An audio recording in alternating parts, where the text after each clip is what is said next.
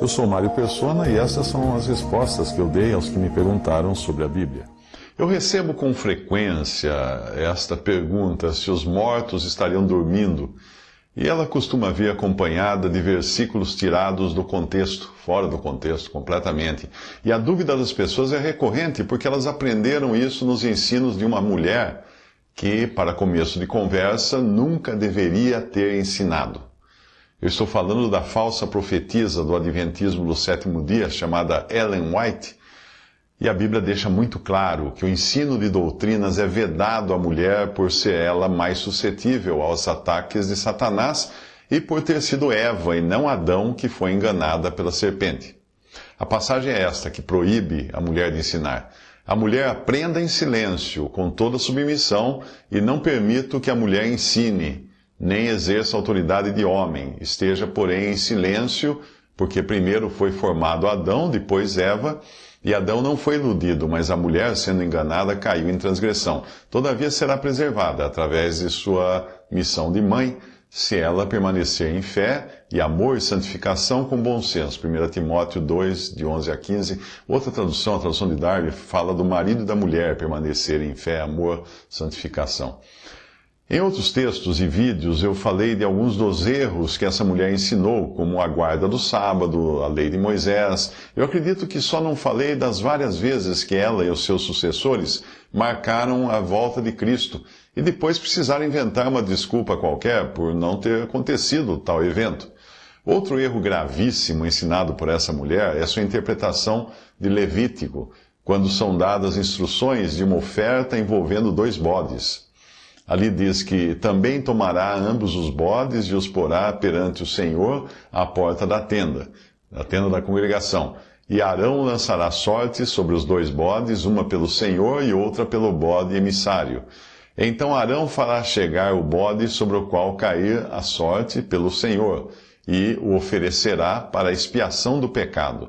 Mas o bode sobre que cair a sorte para ser bode emissário, apresentar-se-á vivo perante o Senhor, para fazer expiação com ele, a fim de enviá-lo ao deserto como bode emissário. Levítico 16, de 7 a 10. Os 2 bodes compõem uma figura apenas de Cristo nos 2 aspectos da sua morte na cruz. O primeiro bode, que era pelo Senhor, representava Cristo atendendo a todas as justas, santas demandas e reivindicações de um Deus santo com relação ao pecado. Apenas este bode era sacrificado fazendo expiação que será pelo povo, e Arão trará o seu sangue para dentro do véu e o espargirá sobre o propiciatório e perante a face do propiciatório. Assim fará expiação pelo santuário por causa das imundícias dos filhos de Israel e das suas transgressões, de todos os seus pecados. Eu li aí Levítico 16, de 15 a 16. Enquanto isso, o segundo bode, chamado de bode emissário, prefigurava Cristo atendendo perfeitamente toda a culpa do homem, cujos pecados Deus lança no esquecimento, fazendo dessa oferta uma figura com dupla face. Os 2 bodes são uma figura só com dupla face, uma relacionada a Deus e outra ao homem. E Arão porá ambas as suas mãos sobre a cabeça do bode vivo, e sobre ele confessará todas as iniquidades dos filhos de Israel, e todas as suas transgressões, e todos os seus pecados. E os porá sobre a cabeça do bode, e enviá-lo-á ao deserto pela mão de um homem designado para isso. Assim aquele bode levará sobre si todas as iniquidades deles à terra solitária, e deixará o bode no deserto. Levítico 16, de 21 a 22. Mas qual foi o estrago que o ensino de Ellen White fez com essa figura mostrada por Deus? Ela transformou o segundo bode, o bode emissário, numa figura de Satanás, como culpado pelos pecados humanos. Se já não fosse grave transformar uma figura de Cristo numa figura de Satanás, tal raciocínio faz do inimigo de nossas almas coautor da nossa salvação. A conclusão é que se Satanás não tivesse dado uma mãozinha na obra de Cristo, nós não poderíamos ter sido salvos. Eu sei que a sua dúvida não foi esta, mas é sempre bom mostrar um pouco mais do lamaçal de má doutrina que existe na base dessa religião que se apoia sobre os falsos ensinos de sua suposta profetisa. Alguns adventistas poderão ficar irados com minhas palavras, mas o que o Senhor fazia quando se deparava com os enganos que eram ensinados pelos fariseus da sua época?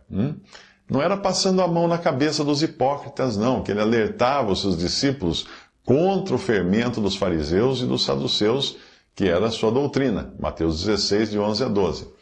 Então o Senhor denunciava os erros com duras palavras, e os seus propagadores, os que pregavam isso, ele chamava de raça de víboras. Do mesmo modo, o que eu digo aqui não é acerca dos seguidores da religião adventista, as pessoas comuns que estão sendo enganadas, mas eu estou falando das doutrinas dessa seita que foram ensinadas por sua falsa profetisa e também por seus falsos mestres, sobre os quais recai a responsabilidade dos desvios que estão cometendo. É uma coisa muito séria isso. Nunca aceite totalmente o que um clérigo de alguma religião ensina, sem comparar com o que a Bíblia diz. Porque nós devemos julgar tudo o que chega aos nossos ouvidos. O próprio apóstolo Paulo dizia: julgai vós mesmos o que digo. E ele ensinou que quando os cristãos estivessem reunidos, congregados ao nome de Cristo, deveria existir o julgamento contínuo daquilo que estivesse sendo pregado. Ali diz na passagem: falem 2 ou 3 profetas e os outros julguem, 1 Coríntios 14, 29.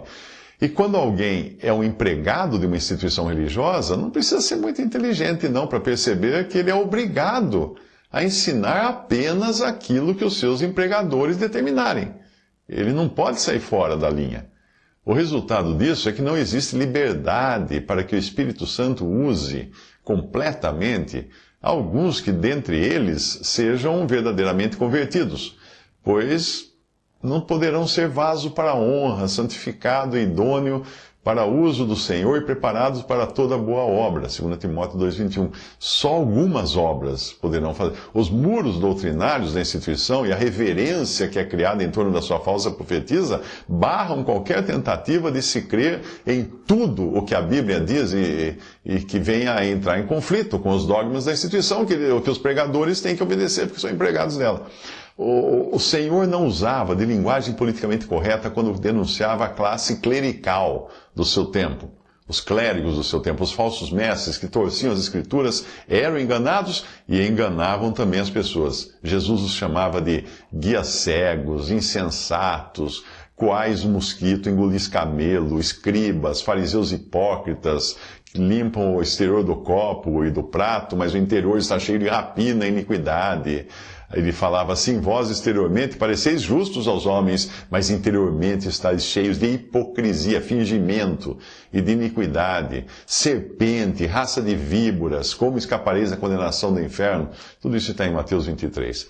Os que são contaminados por essas falsas doutrinas passam a acreditar naquela doutrina que eu considero a que tem consequências mais terríveis na vida aqui nessa vida. É o sono da alma.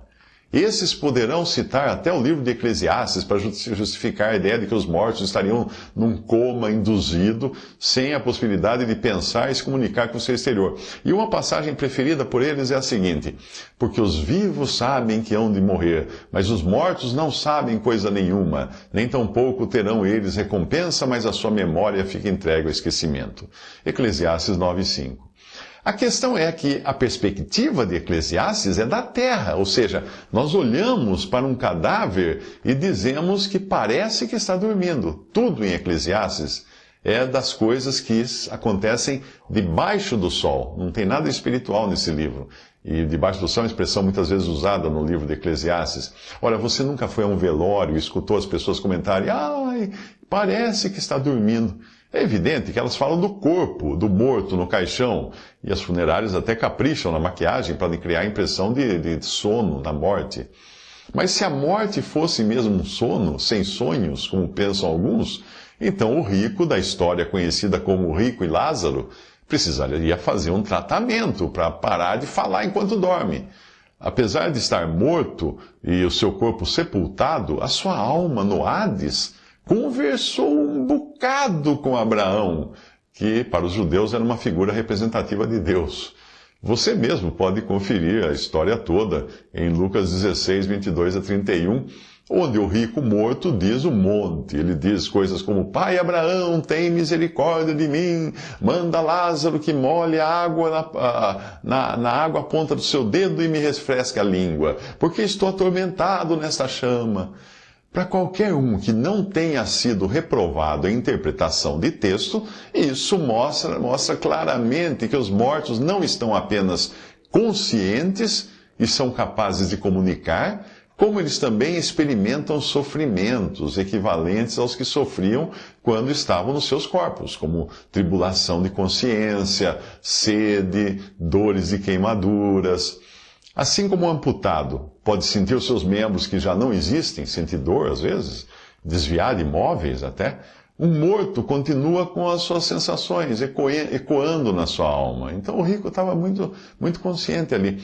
Ainda pensando nesse falso ensino, dessa falsa profetisa sobre o sono da alma, o que dizer então de Moisés, que morreu e apareceu no Monte da Transfiguração? Ele não só apareceu bem desperto, como também falava com Jesus de sua morte que deveria acontecer em breve. A passagem diz que estavam falando com ele, com Jesus, dois homens, que eram Moisés e Elias, os quais apareceram com glória e falavam da sua morte, a qual havia de cumprir-se em Jerusalém. Lucas 9, de 30 a 31. Não é maravilhoso pensar que o assunto do céu seja o sacrifício de Cristo, a morte de Cristo? É de sua visão do céu que João, o evangelista, diz assim: Olhei e eis que estava no meio do trono e dos 4 animais viventes e entre os anciãos um cordeiro como havendo sido morto. Apocalipse 5, 6. O que pensar também das almas dos mortos na grande tribulação que aparecem em Apocalipse clamando a Deus? Elas estavam bem despertas e falantes até, com excelente memória do que tinha acontecido na terra. A passagem Apocalipse diz: Havendo aberto o 5º selo, vi debaixo do altar as almas dos que foram mortos por amor da palavra de Deus e por amor do testemunho que deram. E clamavam com grande voz, dizendo: Até quando, ó verdadeiro e santo dominador, não julgas e vingas o nosso sangue dos que habitam sobre a terra? E foram dadas a cada um compridas vestes brancas, e foi-lhes dito que repousassem ainda um pouco de tempo, até que também se completasse o número de seus conservos e seus irmãos, que haviam de ser mortos como eles foram. Apocalipse 6, de 9 a 11. A falsa doutrina do sono da morte obriga os adventistas a fazerem malabarismos, como alegar que o malfeitor na cruz não estaria naquele mesmo dia desfrutando acordado da companhia de Jesus no paraíso, como lhe havia sido prometido pelo próprio Senhor. Isto porque, se tentarem encaixar o sono da alma naquele episódio, Jesus nunca poderia ter dito ao homem moribundo: Em verdade te digo que hoje estarás comigo no paraíso. Lucas 23, 43. Ele teria dito: hoje estarás dormindo no paraíso. A explicação dos que seguem os falsos ensinos de Ellen White é que a verdadeira tradução bíblica para esta passagem seria: em verdade te digo hoje, vírgula, estarás comigo no paraíso. E não: em verdade te digo que hoje estarás comigo no paraíso, como está na Bíblia. Se fôssemos seguir tal explicação, que é a mesma dada pela seita das Testemunhas de Jeová, que negam a divindade de Cristo, nós teríamos de acreditar que o malfeitor não estaria no paraíso com ele naquele mesmo dia, mas que Jesus teria dito naquele dia que ele ainda estaria no paraíso em algum dia futuro. Deixa eu desenhar para você entender o que está acontecendo aqui. Se você recebeu uma mensagem minha, sem pontuação, dizendo o seguinte: podes crer, hoje vou passar na tua casa. O que você entenderia? Que a ênfase estaria no podes crer hoje ou no hoje vou passar na tua casa? Seria uma bobagem incluir na mensagem a palavra hoje apenas para dizer que hoje é o dia que eu estou mandando a mensagem. Mesmo porque não seria possível ter dito tal frase amanhã ou ontem. Além disso, o verbo que antecede o hoje está no presente, não no passado. Disse, ou no futuro, direi, o que já eliminaria a necessidade de se colocar hoje, se a intenção fosse identificar quando eu estou dizendo aquilo. Por isso a ênfase do que Jesus disse ao malfeitor na cruz estava no Hoje estarás comigo no paraíso, e não no te digo hoje. Não faz nenhum sentido. O cumprimento dessa promessa era também o que o apóstolo Paulo almejava em Filipenses 1:23. Mas de ambos os lados estou em aperto, tendo desejo de partir e estar com Cristo, porque isto é ainda muito melhor. Paulo não disse que dormir é ainda muito melhor. Ou partir, esperar estar com Cristo algum dia no futuro seria ainda melhor. Não, a sua certeza era do encontro imediato com o seu Salvador, assim que saísse aqui da terra, e não da passagem da vida na terra para uma maca num ambulatório celestial, para esperar num profundo coma espiritual pelo dia da ressurreição do seu corpo. Eu enquadraria a doutrina do sono da alma não apenas como uma questão de semântica, mas sim como um silvo maligno impregnado do hálito da serpente que enganou Eva no jardim do Éden. Para saber a razão de eu dizer algo tão radical, associe essa doutrina do sono da alma com outro falso ensino da profetisa dos adventistas, que é o do aniquilamento final dos ímpios. Atropelando a afirmação bíblica de que existe um fogo eterno preparado para o diabo e seus anjos, em Mateus 25:41, o adventismo ensina que eterno não seria tão eterno assim, mas um fogo que destruiria para sempre os que não tivessem sido salvos, aniquilaria todos os perdidos. Jesus também falou de uma condenação onde o seu bicho não morre e o fogo nunca apaga. Marcos 9:44, o bicho ou verme, dependendo da tradução, que nunca morre, nos fala de uma imortal consciência que fica atribulando eternamente os perdidos. Isaías usa a mesma expressão ao falar de forma metafórica dos inimigos de Israel que serão mortos. Lá diz, verão os cadáveres dos homens que prevaricaram contra mim, porque o seu verme nunca morrerá, nem o seu fogo se apagará, e serão um horror a toda a carne. Isaías 66:24. Se você realmente acreditar nos ensinos de Ellen White, provavelmente não terá lá muito amor pelos perdidos, a fim de buscar levá-los a conhecer a Cristo. Talvez deseje convertê-los à sua religião, mas se não conseguir, o que importa se eles forem perdidos? Afinal, se eles serão aniquilados no final e deixarão de existir, isso demonstra que não farão qualquer diferença na eternidade. Quantas pessoas você conhece que gostariam de simplesmente desaparecer e deixar de existir? Tem um monte. Talvez você seja uma delas. Deixar de evangelizá-las poderia até ser um favor para elas alcançarem o que elas sempre desejaram, o aniquilamento, não existir mais. Um amigo que escutou a conversa de um testemunho de Jeová, tentando conquistar um ateu para sua religião, viu o ateu ficar todo feliz quando escutou a falsa doutrina do aniquilamento da alma, que é a mesma ensinada no Adventismo do sétimo dia. Aí o ateu agradeceu o testemunho de Jeová, dizendo assim: você garante que eu vou deixar de existir? Uau! Muito obrigado! Isso era tudo que eu queria ouvir. Eu não tenho nenhum interesse em continuar existindo para sempre. Olha só.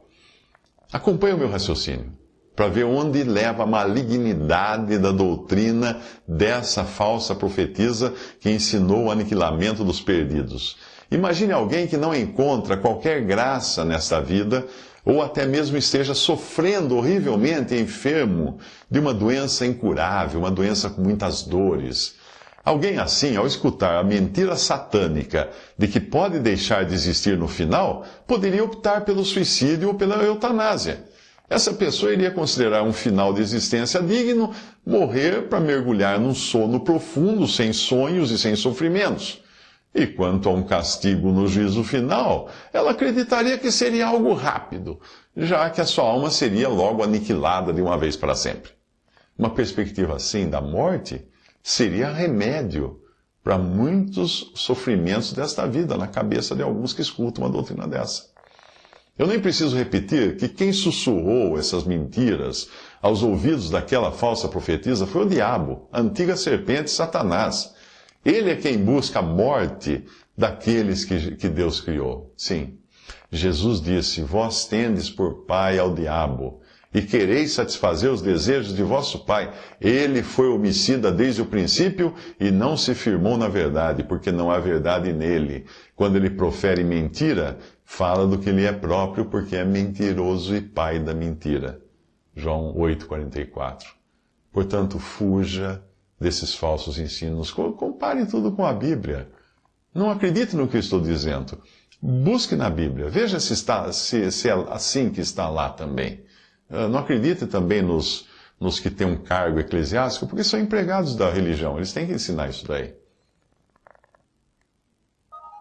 Visite respondi.com.br. Adquira os livros ou baixe e-books. Visite 3minutos.net. Baixe o aplicativo.